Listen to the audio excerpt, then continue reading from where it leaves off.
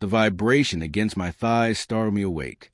It was 3:17 a.m. Molly, my wife of 10 years, was curled up beside me, seemingly fast asleep.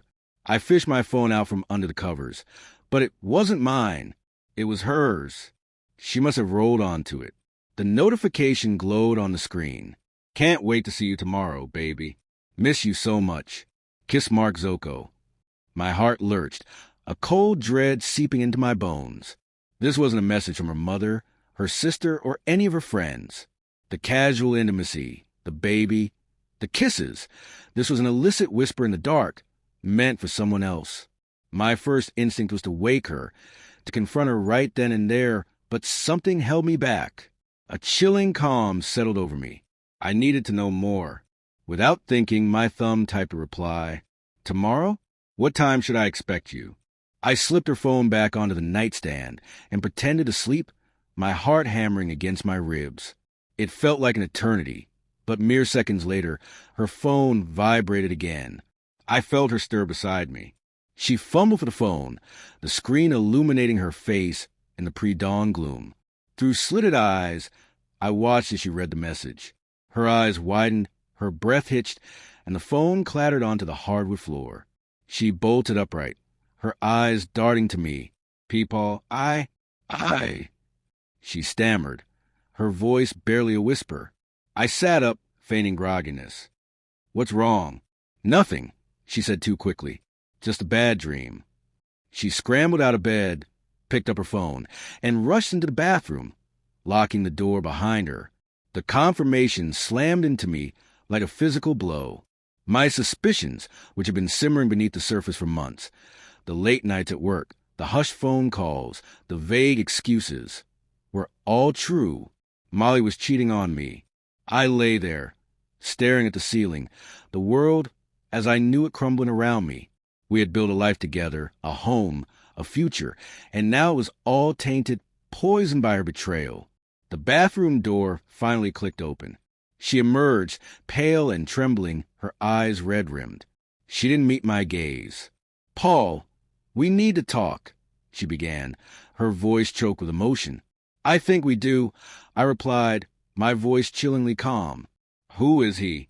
The blood drained from her face. She tried to speak, but no words came out. The silence stretched, thick with unspoken accusations and shattered trust. Finally, she whispered a name. David, the new project manager, the charming, charismatic one who always seemed to be lingering a little too close to Molly at company events. It all clicked into place. Over the next agonizing hour, the sordid details spilled out. The stolen glances, the late-night dinners disguised as work meetings, the clandestine weekend getaways. With every word, the knife twisted deeper.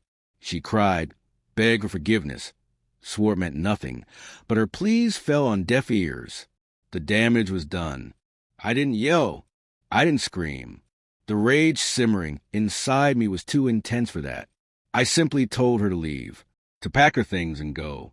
She left that morning, a ghost fleeing the scene of her crime, and I was left alone in the wreckage of our marriage. The silence of the empty house amplified the hollow inside me, but the calmness was a facade. Beneath the surface, a plan was forming. I wouldn't let them get away with this. I would make them pay. My first move was subtle. I contacted the HR department at our company, anonymously reporting David's inappropriate relationship with a married colleague. Corporate policy was clear. Fraternization between employees, especially those in different departments, was strictly forbidden. Then I went for the jugular. I knew David was married, too. His wife, Emily, was a stay-at-home mom, completely oblivious to her husband's infidelity. I found her on social media and sent an anonymous message, attaching screenshots of the text messages between Molly and David. The fallout was swift and brutal.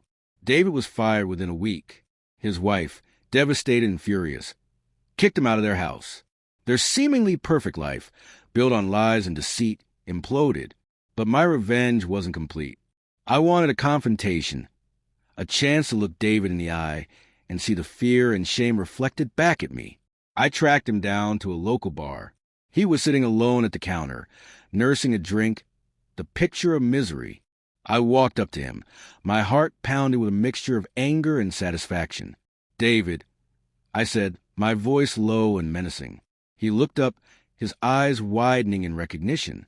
He paled, his hand trembling as he reached for his drink. "Paul," he stammered, his voice barely audible. "Enjoying your drink?" I asked, my voice dripping with sarcasm. He didn't answer. He just stared at me, his eyes filled with a mixture of fear and guilt. "You know," I continued, leaning closer, "I always thought you were a decent guy. I guess I was wrong." "I'm sorry," he mumbled, avoiding my gaze. "Sorry," I scoffed. "Sorry doesn't cut it. David, you destroyed my marriage. You ruined my life." My voice rose, attracting the attention of the other patrons. David shrank back in his seat, his face flushed with shame. "You took something that wasn't yours," I said, my voice laced with venom. "And now you've lost everything." I turned and walked away, leaving him alone in his misery.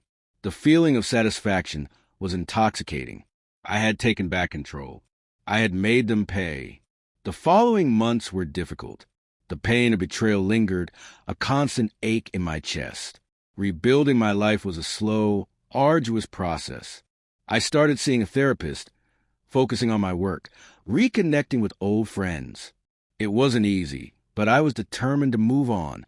One day, several months later, I received a message from Molly. She apologized again, expressing her deep regret for what she had done. She said she had hit rock bottom, losing her job, her husband, her home. She was starting over, trying to rebuild her life. I didn't reply. I didn't know what to say. Part of me still harbored anger and resentment. But another part, a smaller, more compassionate part, felt a pang of sadness for her. She had made a terrible mistake, a mistake that had cost her dearly. I deleted the message, closing that chapter of my life for good. The scars would always remain, a reminder of the pain and betrayal I had endured. But I had survived. I had emerged from the wreckage, stronger and more resilient than ever before. And as I looked toward the future, I knew one thing for certain. I would never allow myself to be a victim again.